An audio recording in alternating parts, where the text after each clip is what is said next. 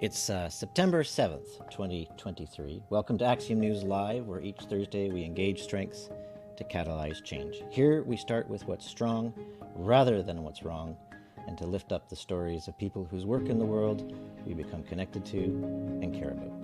I'm your host, Peter Pula. I am joined by my co-host, Sean Loney of Encompass Co-op today. And our guests, Marc Soberano. Marc is founder and executive director of Toronto's Social Contractor Building Up. Building Up is a nonprofit contractor that is tapping the transformative power of the trades for the common good. And our second guest today is Jocelyn Birkes. Jocelyn is with Belonging Brant. I've been working alongside her for a few years. She has become a catalytic convener of a citizen-led tiny homes initiative in her community, and that group is hosting alongside us a community summit later this month to continue expanding the circle and to invite new possibilities. Welcome to all of you. It's good to be with you. Great to be here. Right on. So before we get going, I just wanted to say that we're about 2 months into the show now, and a couple of themes have developed in a social value marketplace that includes democratic workplaces, social finance, outcomes purchasing, social enterprise has become very much a prominent feature and a theme. And the people in that world and in that vein of work in the world, like you are, Marc, are not simply nudging our systems and social systems in a different direction. You're actually creating the new and creating the future. So I just wanted to sort of bring some context to why we are featuring some of the people we are featuring. And another theme is community building and building resilient and thriving communities, regaining the power of and the capacity of community to create their own well-being. And Jocelyn has been a force to be reckoned with in Brantford, as she's been convening citizens who were tired of waiting for a system or someone else to respond to the housing crisis in that community. And she's gathered up several hundreds of folks that are working together in new and emerging ways to catalyze citizen-led responses to some of the things that they have the gifts to respond to and to can take agency into their own hands. So those are some of a little bit of backdrop to why it is that we are calling the folks into joining us that we are. So with that, Sean, maybe, I always like to ask why it is that each of our guests has joined us, but we'll invite you to say why you said yes yet again to being our co-host, and then we'll hear from Marc about why you said yes, and then Jocelyn. Sean. Yeah, awesome, Peter. I'll add to your observations about our first 2 months and say I feel like there's the nonprofit sector and then there's the business world, and what this whole movement I think is about is using some of these business tools in the nonprofit sector to really value what it is that we do. And so I'm looking forward to interviewing Marc today, and he and I have known each other for a long time. We'll leave that conversation for a bit, and we've recently had a baby, which I will explain. A colleague of ours. You and Marc?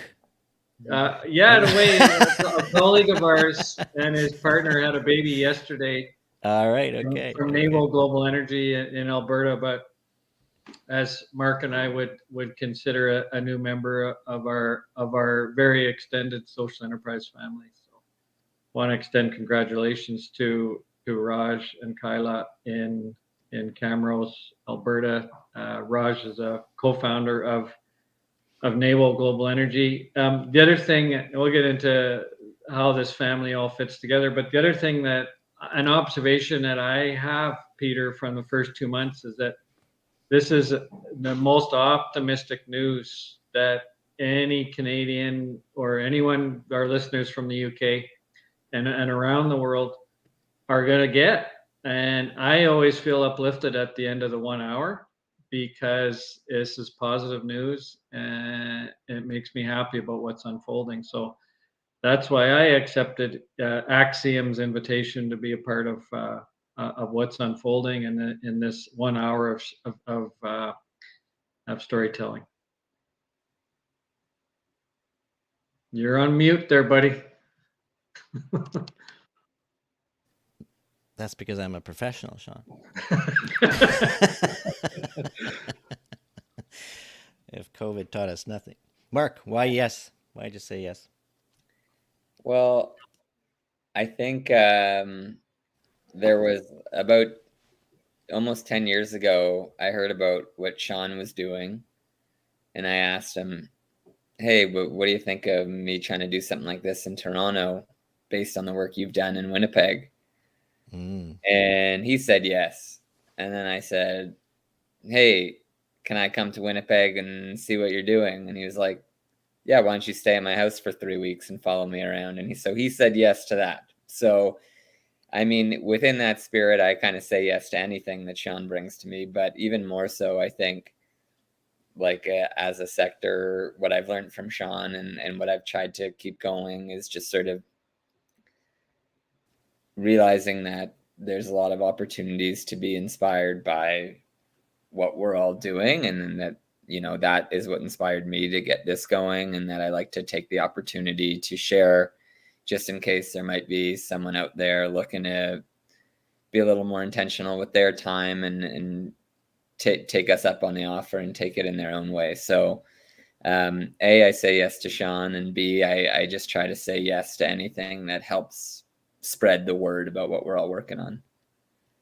And I want our listeners and viewers to know also that while Marc is the CEO of Building Up, he is not our first choice for a guest here. We've already had Yeti, and Yvonne can share with our listeners which episode that is. They can go back and listen to that. But Marc, what does Yeti do at Building Up?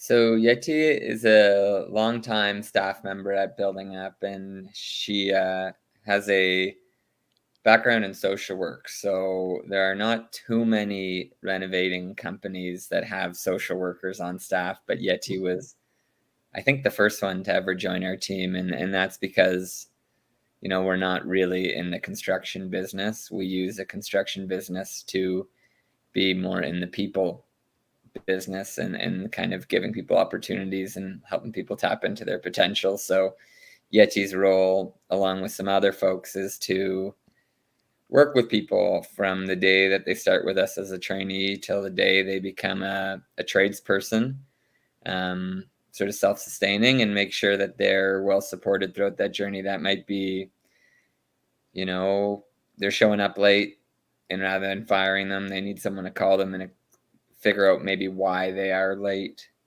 and some strategies. Maybe, okay, you need some help with childcare, we'll help support you with that, or just explain the importance of punctuality within this industry, and just really kind of being that person's guide and kind of internal parent within the construction industry that just sort of helps them move through it.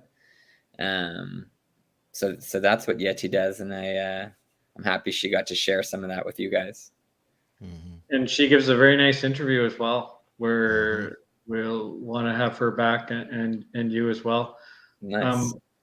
While we're waiting for Jocelyn, Marc, you once said that if we just only use traditional tools that nonprofits are used to, it's a bit like fighting a forest fire with a squirt gun. Can you explain what you meant by that? It's a great line, by the way.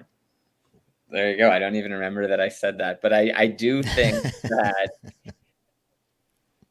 like, money makes the world go round. You know, we live in a capitalistic society, and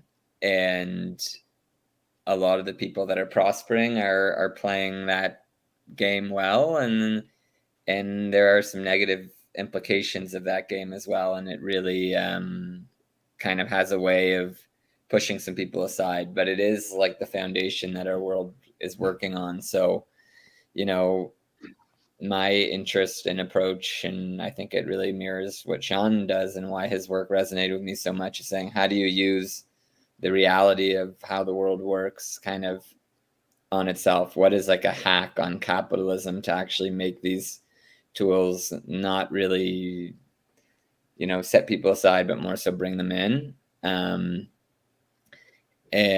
I really think that those tools also create the opportunity for things to grow and scale and not be reliant on the next donation or the next grant or the next call for proposals. And they're reliant on the next person who's looking to get their kitchen redone and is already willing to pay for that. So that is what I might have meant that time, that I had a more articulate way of saying it with a squirt gun. Well, I quote you saying that all the time, but if you don't think you said it, I'll just use it and say I myself. So welcome, Jocelyn. It's nice to connect with you. Tell us a bit about why you accepted our invitation to this Axiom News conversation today. Thanks for having me and probably through my technical difficulties. I said yes today because I've been working alongside Axiom News the last couple of years now with my work with Belonging Brant as a community organizer, which is closely associated, or our umbrella is Community Living Brant. So Community Living Brant and Belonging Brant were working together to do community conversations with Axiom News. So it all started then, and we loved the process and the generative journalism part of what Axiom does. So the conversations that we've had have always been successful, and it's been uprising with the like after our summits about how we started with housing conversations, and then we had a summit on housing, and now we're here coming up to our tiny homes specific summit, our second one technically.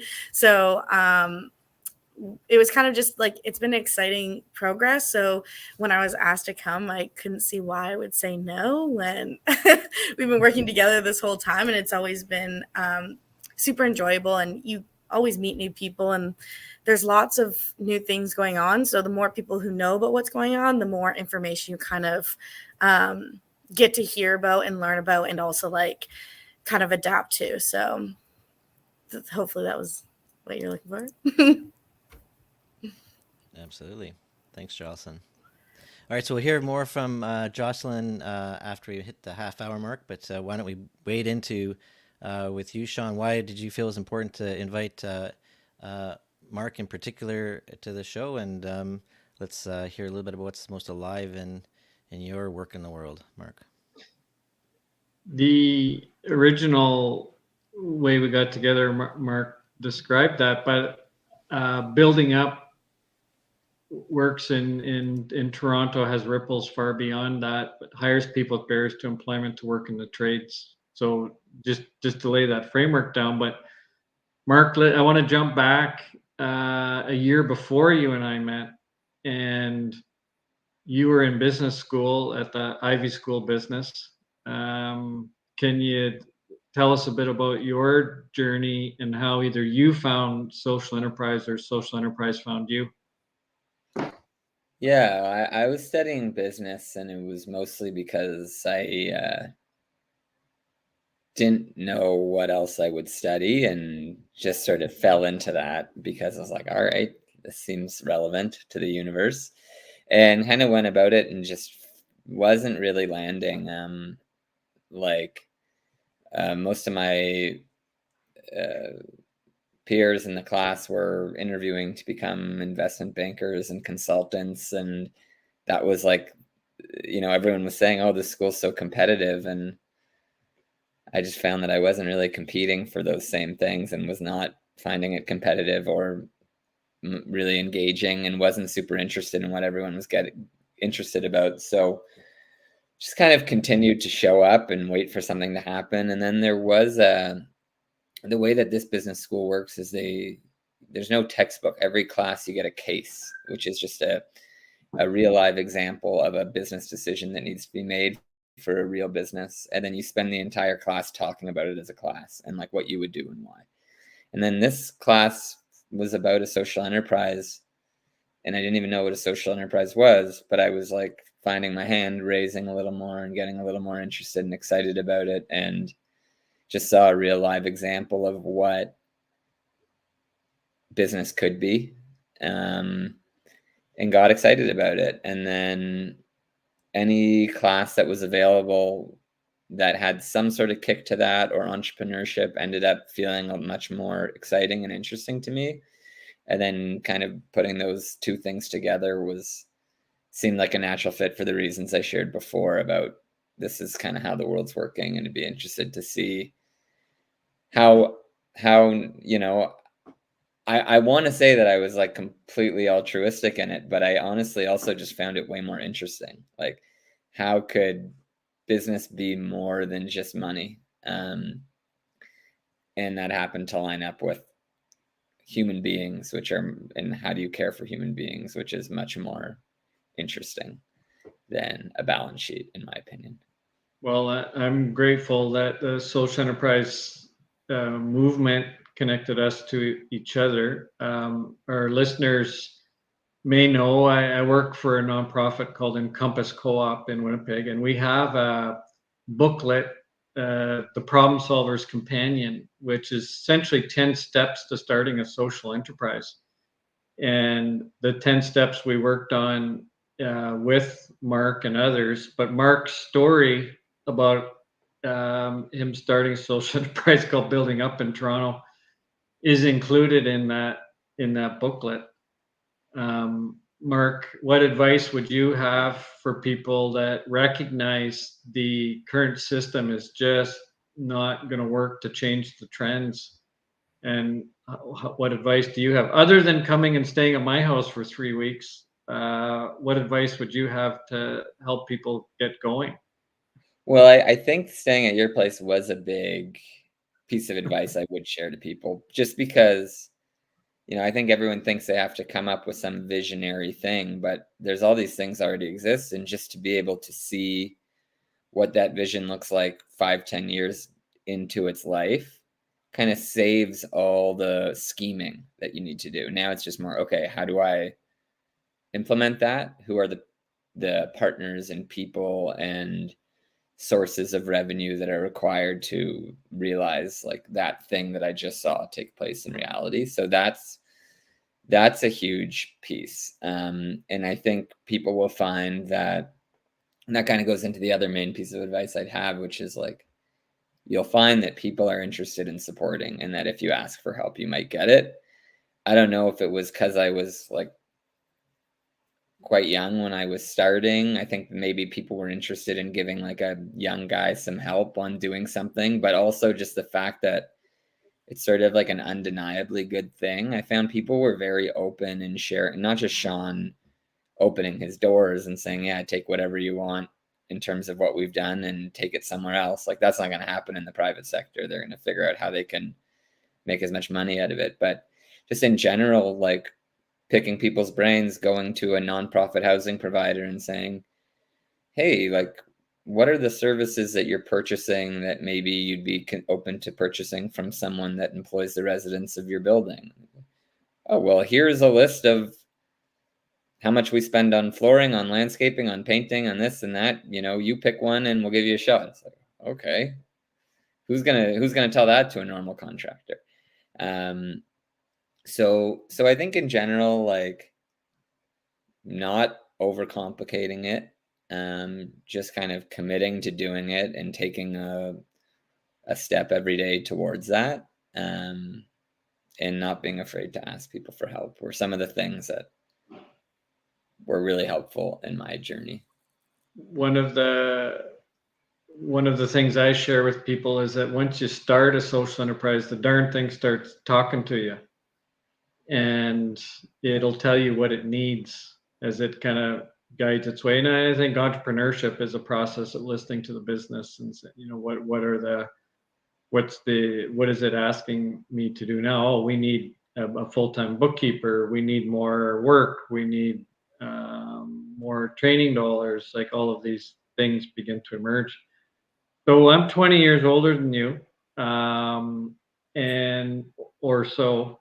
And one of the things I often say to you is that you, as an older person, you're not going to be you're on your own social enterprise journey. Building Up is on its own journey. You're not going to be in this same place even this time next year. Somewhere along the line, Building Up and your board started to run a well-known Canadian nonprofit called Raising the Roof. Why would you want to make your life more complicated and be running? You're the CEO of Raising the Roof and Building Up. Tell us about Raising the Roof and how it goes together with Building Up. So yeah, when I often say that I wouldn't have started Building Up had I known what I was getting into, just because of how challenging it is. As much as I was just saying just go, but it's kind of a joke. I say that, and then the fact that it's a joke is sort of highlighted by the fact that someone was like, "Hey, would you take over Raising the Roof?" And I said yes after already learning the lesson of how hard it was going to be. So the story there was that Raising the Roof is a over 25-year-old charity that's been working in the homelessness sector for that time, running lots of different programs and trying different things over the years to try to prevent and end homelessness. And then they started saying, all right, we need more housing. And that was about 5 years ago now. And then rather than just building housing normally, they said, okay, let's find vacant, derelict properties and turn those into affordable housing. And then once they saw that the buildings were vacant and derelict, it's like, okay, there's probably a good reason. A lot of work needs to happen to turn them around. And then they decided to hire Building Up to do that work rather than a normal contractor, because they're saying if we're trying to end and prevent homelessness, we don't just need more housing for people, but we need less people to need affordable housing. So why not help employ people in a sector that needs people and pays them well through this organization called Building Up? And that partnership began. And then I think that as that work developed, that organization, which had gone from specializing in research and like social programs for 25, 30 years, was like, wait, now we're like an affordable housing developer, and we might need some different skills and approaches to how we would run our organization. And then, you know, my team at Building Up was so closely looped into that change because we were working with this program called the Reside program at Raising the Roof, trying to build the housing. So it was sort of a natural coming together. But now, as we've scaled that work into, because Raising the Roof is national, we've used the development of housing in other cities as a way to start new building ups or buildings, new trades-based social enterprises in new places that don't exist. They have this initial contract of, you know, renovating 5 houses into 10 units of affordable housing.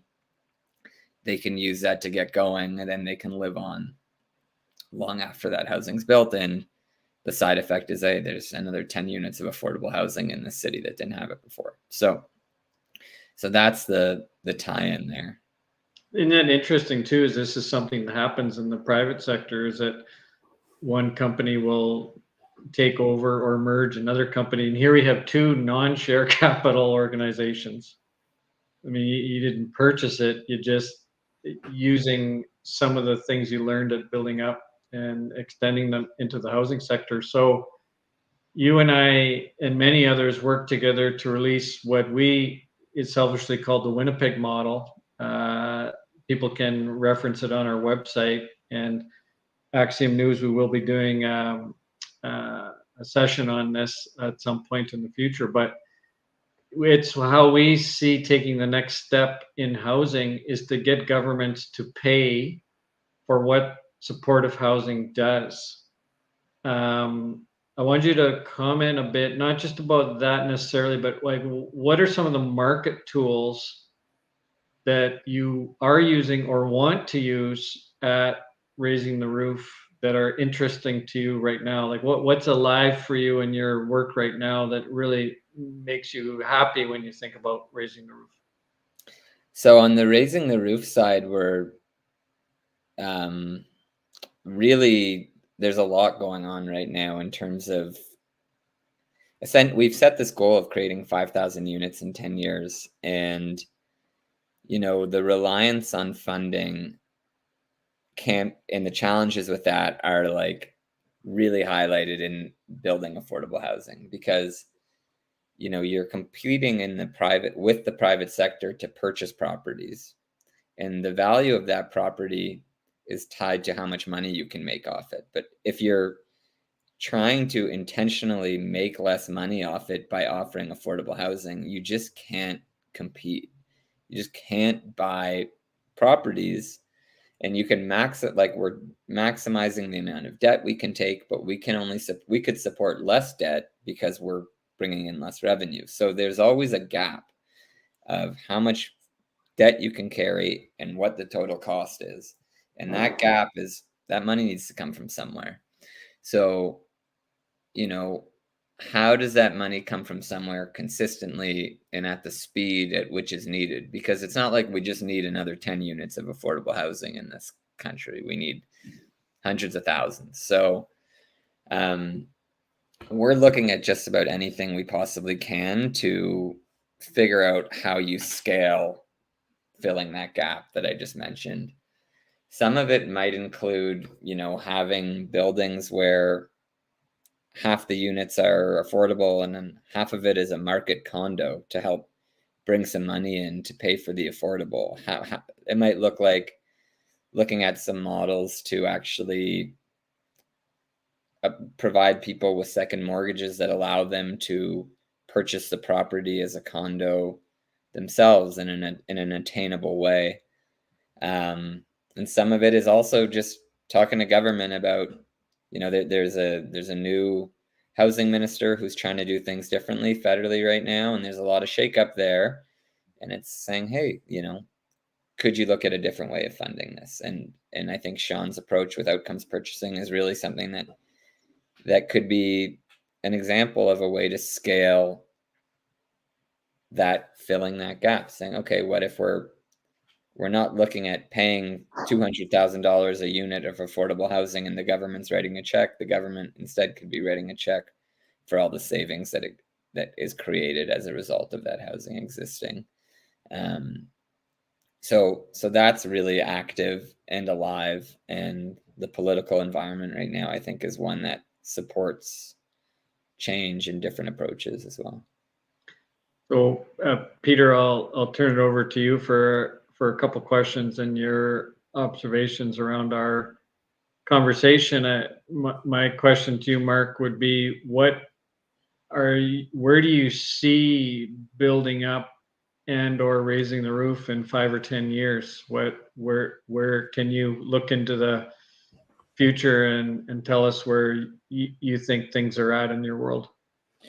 So at Building Up, we're having over 1,000 people apply to the program every year for about 100 spots. So I think the last few years of Building Up, I would say, have been focused on how do we support people better rather than how do we support more people.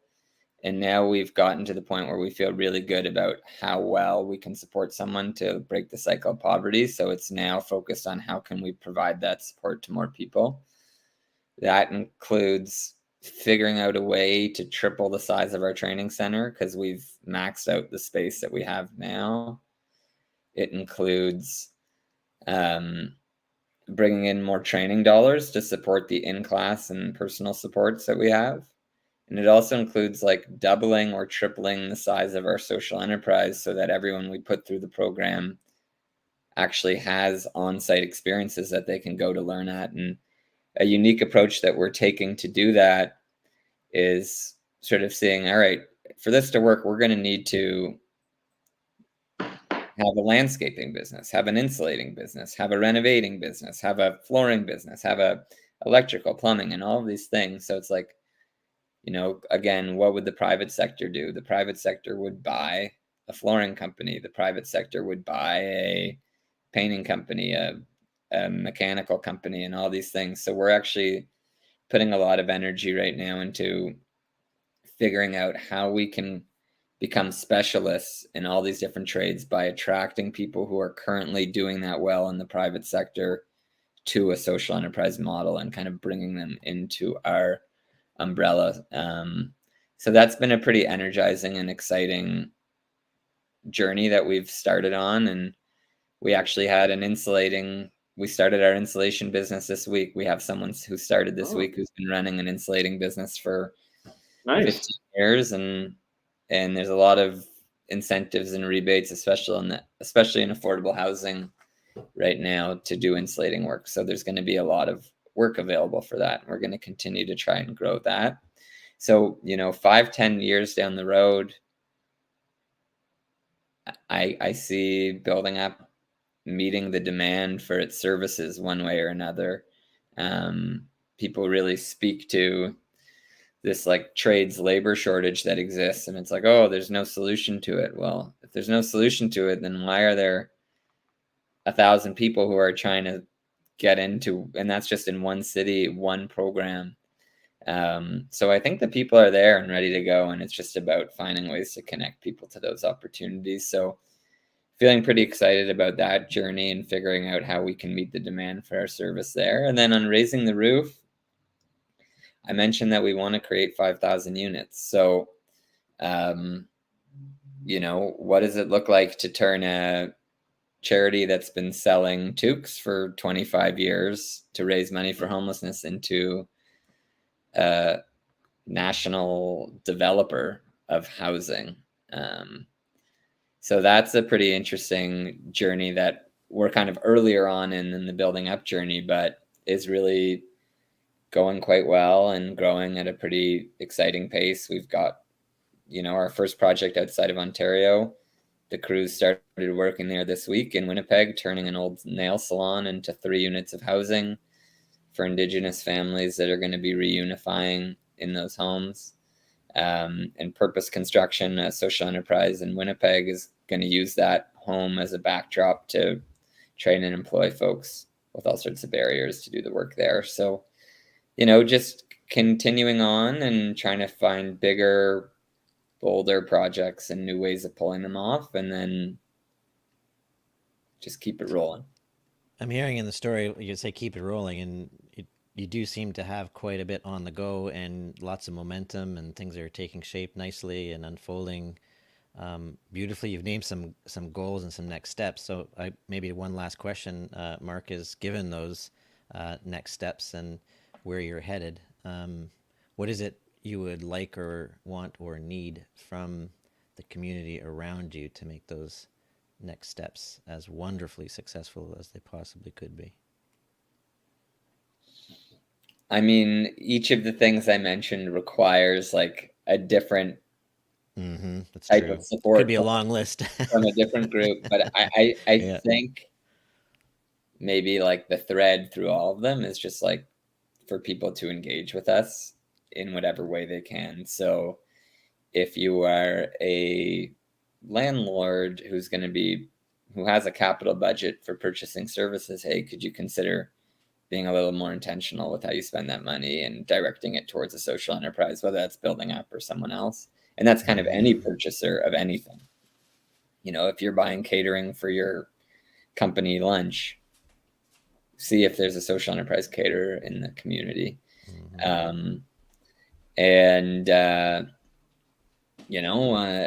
For Raising the Roof, like maybe you've got a property that you don't want to hang on to anymore. Maybe you're leaving a will with some real estate. You're not sure who you want to leave it to. Leave it to us. We'll get the absolute maximum social value out of that. Whatever, maybe you've got 15,000 square foot warehouse that you're looking to put to a good cause. Well, we're looking for a new training center. So there's a million different ways that we could use people to support, but really it all comes from just being interested and thinking about how people can. Beautiful. Thank you. Your acts are as clear as the sense of direction you've shared with us. So thank you very much, Marc. I'm glad I asked, and I'm glad you were willing to respond. So with that, we'll close our conversation with you, Marc. We'll hear a short invitation to Cultivating Community, our fortnightly Feast for the Soul. And when we return, we'll hear a little bit from Jocelyn Birkes from Belonging Brant. If you would like to experience genuine connection with others, being heard, patience, levity and laughter, warmth, light, smiles, new, deepening, and healing relationships, then cultivate community with us. Coined by participants as a fortnightly feast for the soul, these 90-minute gatherings hosted by Axiom News offer a weaving of small group dialogue led by carefully crafted questions, followed by light, whole group reflection. Each dialogue round deepens connection and enlivens possibility between and amongst those who participate. All are welcome. Learn more and RSVP for our next gathering by visiting the Events tab in Anew Commons, our sister initiative in Mighty Networks, at anewcommons.mn.co/events.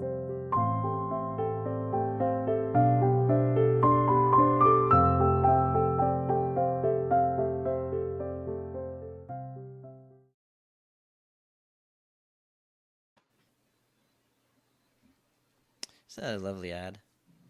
And you know, it's I was reflecting during the break, Jocelyn, that we would have met in a conversation just like that a few years ago, and you know, working with Belonging Brant and Community Brantford.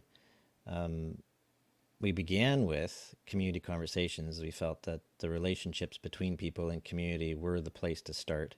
And out of those conversations, we very quickly heard a strong interest and impulse to do something about the housing crisis in your community. And since then, much has happened. There's been a couple of summits that have been hosted, and we've had people from throughout the community. And it's just amazing to see how you meet the strangest of characters, hey, and the most interesting of people, and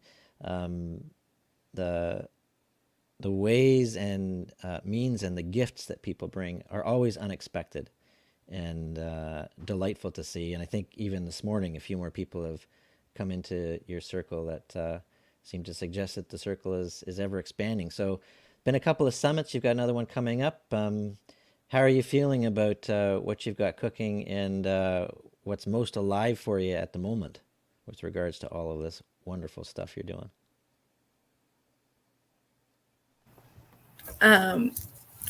Wow. That video totally like brought me back. So in this moment, I'm feeling how like exciting it is that such a simple conversation can go such a long way.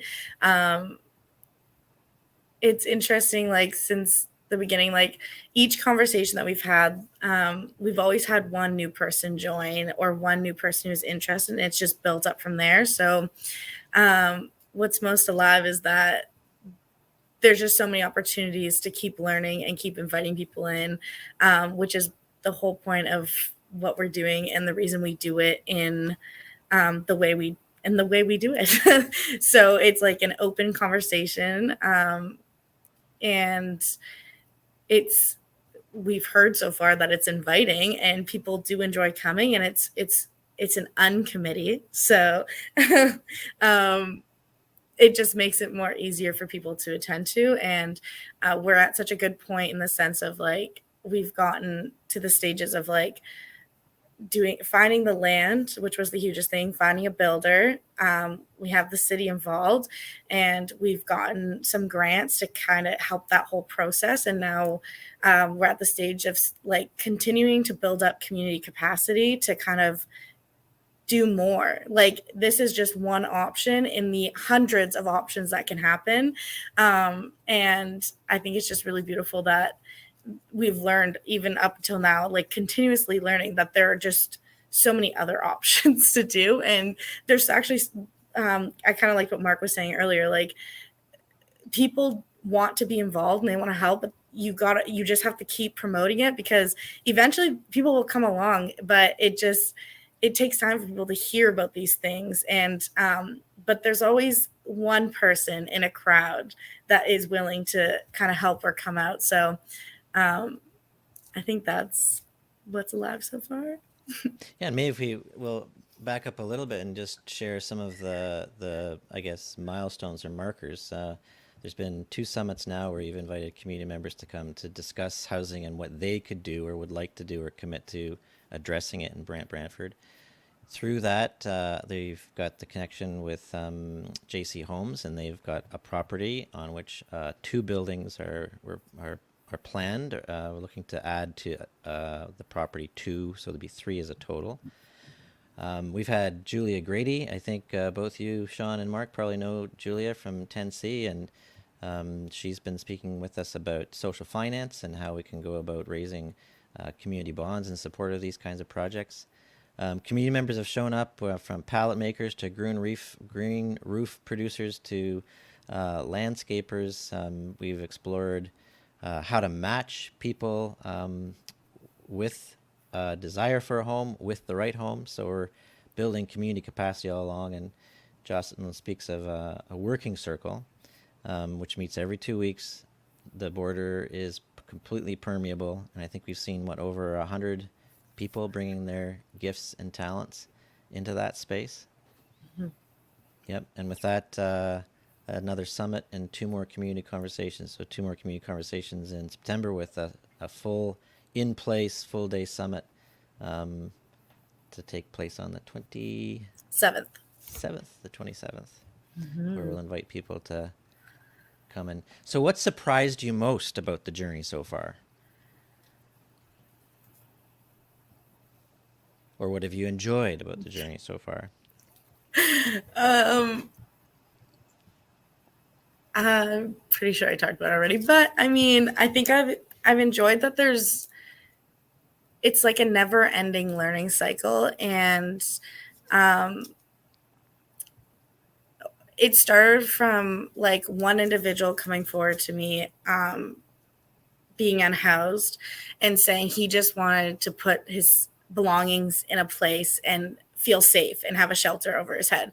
And in that exact moment, it was like, oh, like, how do we even get this process started? Just start the conversation.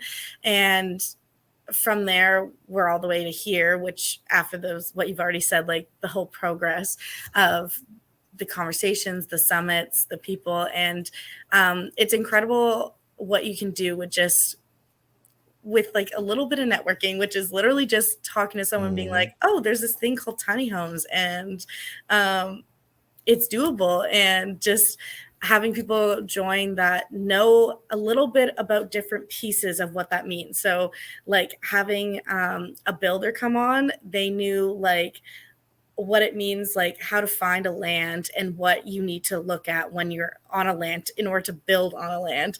And then having like people who've lived in tiny homes, what have they experienced? What have been the pros? What have been the cons?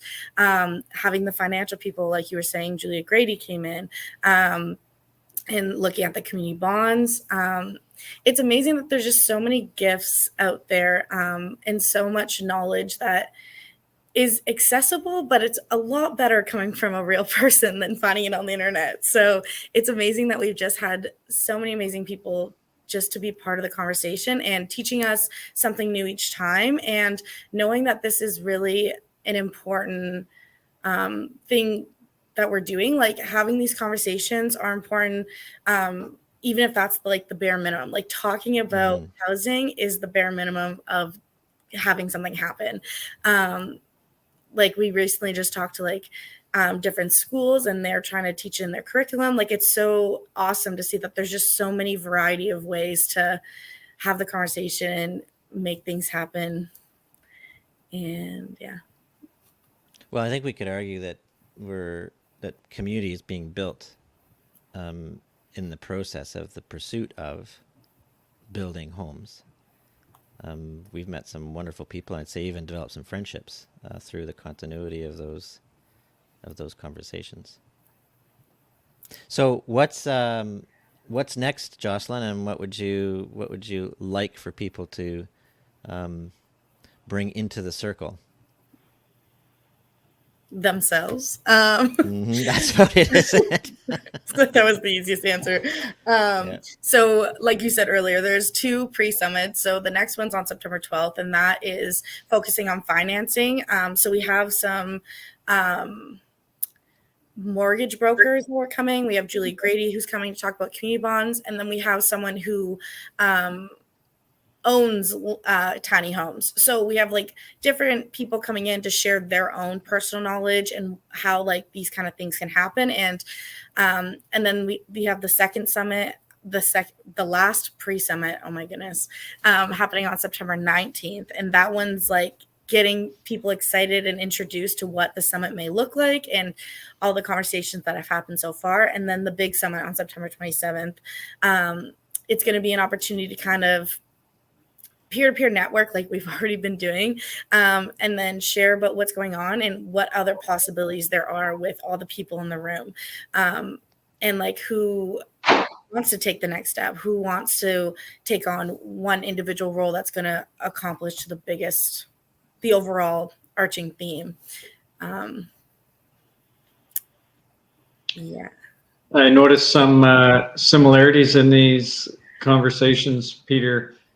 Jocelyn is picking up on a similar vein in Marc's story about just ask people, and they may feel alive about the opportunity that's in front of us. And Marc is also talking about the importance of using the tools that businesses use to scale their approach. You're bringing in community bonds idea, Jocelyn.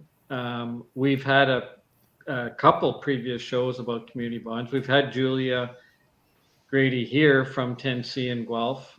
They've raised well over $1 million themselves to purchase a building in downtown Guelph. So people might want to check out that previous episode. We've also had Tapestry here, Ryan Schwartz from Tapestry, and they've raised $100 million for renewable energy projects largely, but they're pushing now into the housing sector. And I know, Marc, these are one of the things you're exploring, as you say, is there some way we can fill this gap, and let us go to it. But as someone from the nonprofit sector, Jocelyn, tell us about your journey and learning about and then deploying these tools that businesses use. I mean, we don't use them in the same way, but community bonds is investment rather than funding. Tell us a bit about how your journey along those lines as a nonprofit that's becoming more entrepreneurial.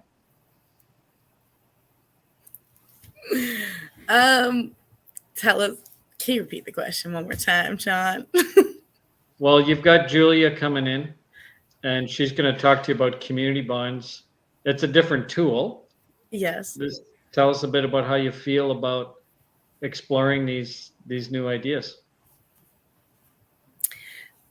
I think it's exciting that there's an opportunity that people can have a voice in the decisions that are being made. So like a community bond is, from what I understand, and I still know very little about it, but it's like giving people a chance to like have a say on what's being done, and they have like their own personal interest into it. So it kind of like helps, like Peter was saying earlier, like it's helping build a community within a community, and it's like making it a stronger impact because people are learning about the process, they're contributing it in their own way, and they're seeing something beautiful come out of it. So like there's a lot of like overall arching beauties in the whole process of using these different tools and having them be successful. Super cool. And can you tell us about Axiom News and their role in convening you all together to explore how to build tiny homes?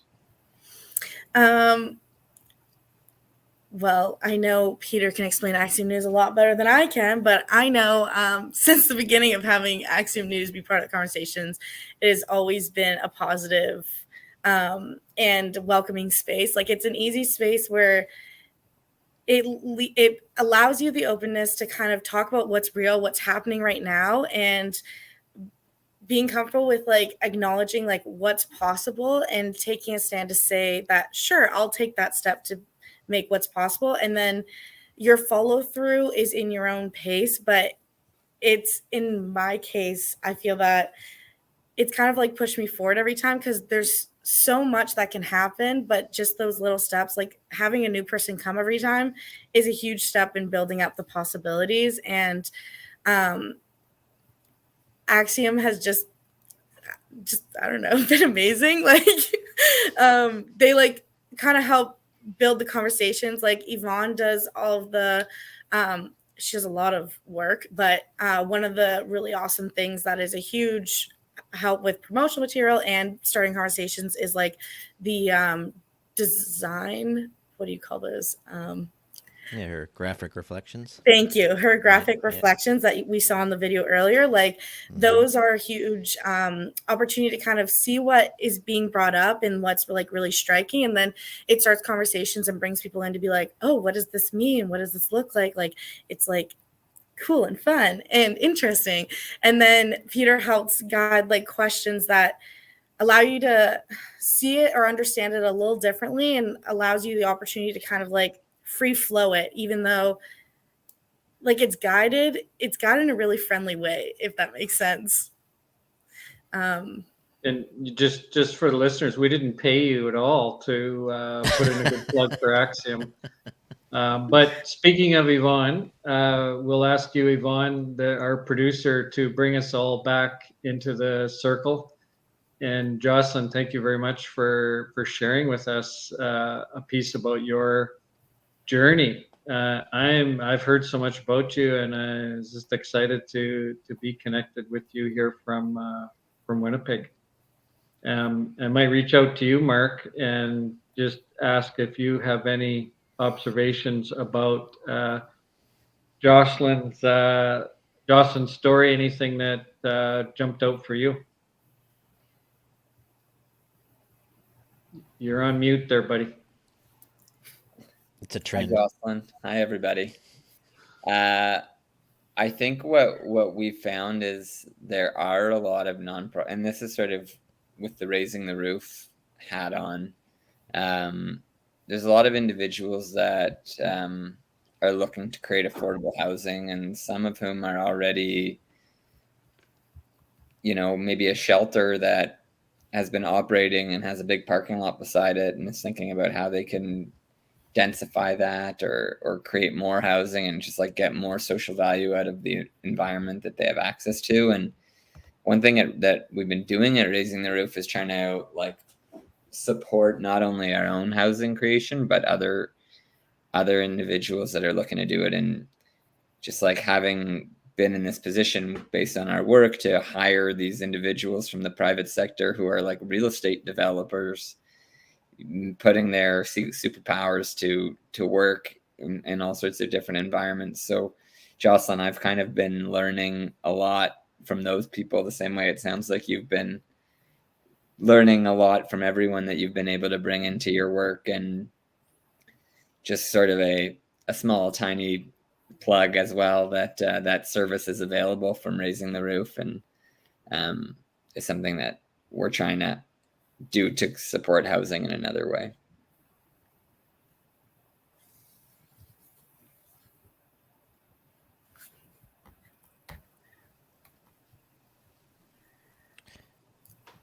And now you're on mute, Sean. We're all getting good at this. Maybe you should put yourself on mute, Jocelyn, and then talk. Yeah, well, and Jocelyn, if you could snap your fingers, what would belonging Brant be up to, 5 or 10 years from now? What will 5 or 10 years from now, would you like to look back and your community have accomplished together? What does that look like for you? Well, Belonging Brant's running out of funding, so ideally hopefully we're alive in 5 or 10 years. But I think there's definitely lots of impacts that I think like the ability to say that people met each other through this process. Someone moves into their first home and it's been built with like the community group, that would be a huge accomplishment. Having 10 builds happen in the next couple of years would be really incredible. Having more than that would be even bigger incredible. But I think overall, like the relationships being built, the learnings, like having like people be able to say like, this is possible. Let's make it happen. Like just standing up and saying, sure, I'll take on this project like I did, and just talk to people and have it be as like advanced progress as it has in the last year. I think that would be pretty ideal in 5-10 years from now. Here, here. Okay. Well, something that strikes me hearing all that, Marc, when you speak of all the things that you have on the go and the progress you've made so far, and how, the business narrative isn't one that really was compelling to you, but the social enterprise world has been compelling to you. And Jocelyn, the way you're holding space, I just feel like you're an absolute natural community builder. You just create such a beautiful energy for folks that it just opens everything up. And both of you are doing things that are creating the world that we want to live in. I mean, it sounds to some degree you are living in the world that we would like to see more of. And it's, I want to say it's serious business. It's real business. It's real work. It's real people doing real work. And to me, that's what ought to make the news. And part of my wish is that it's the stories like yours that are the ones that dominate the headlines rather than the circus that's not. So with that, I guess we will call ourselves closed for now. Thank you very much, Jocelyn and Marc. And for Sean, serving as co-host, it's always a blast hanging out with you, and look forward to doing it again in the next little while. Sean, you've got something more to say? Yeah, just to briefly to give the viewers and listeners a heads up on what's coming. We've got some great guests lined up, including Kaylin Taylor from Purpose Construction in Winnipeg. Kaylin's crew is the social enterprise that is working with raising the roof. Marc referenced some work happening in Winnipeg. So we'll learn a bit from Kaylin. We also are going to be coming to you live from NAWO Global Energy's offices, probably from a rooftop where they're installing solar in Alberta early in October. And we're looking forward to that as well. And we're going to have an entire episode built around how this whole movement connects to gender and with feminist movement.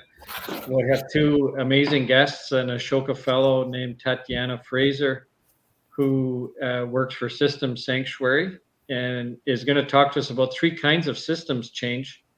And I think our listeners will be interested in that conversation. And she is going to be joined by Kiara Reiner from Encompass Co-op, a woman working in a similar sector, 20 years younger. So I'm looking forward to all those conversations, Peter. All right, beautiful. Thank you, Sean. All right, with that, we'll call our time together close. We've come to completion. Please do join us again next Thursday at 2 o'clock Eastern or 7 p.m. in the UK. You can subscribe below or find us at axiomnews.com on LinkedIn, Facebook, and X. I'm your host, Peter Pula. Thanks for listening.